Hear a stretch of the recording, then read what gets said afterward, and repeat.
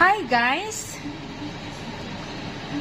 Dahil what we call that, may bagyo dito sa Austria guys. Actually hindi lang naman sa Austria guys, sa lahat meron, kahit sa Pinas.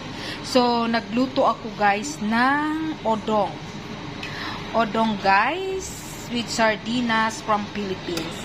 And of course guys, kaya ako nagluto ng odong. Ewan ko guys kung best partner ba to sila guys. With puto guys. So eto, nagluto rin ako ng puto guys. Ayan. My kind of puto guys. So this is our lunch and dinner na rin for today. So ayan guys, luto na rin itong aking odong guys. At tiyak guys, magugustuhan na naman ito ng aking afam. Dahil lahat ng niluluto ko guys ay gustong gusto niya. So kain tayo guys ng odong with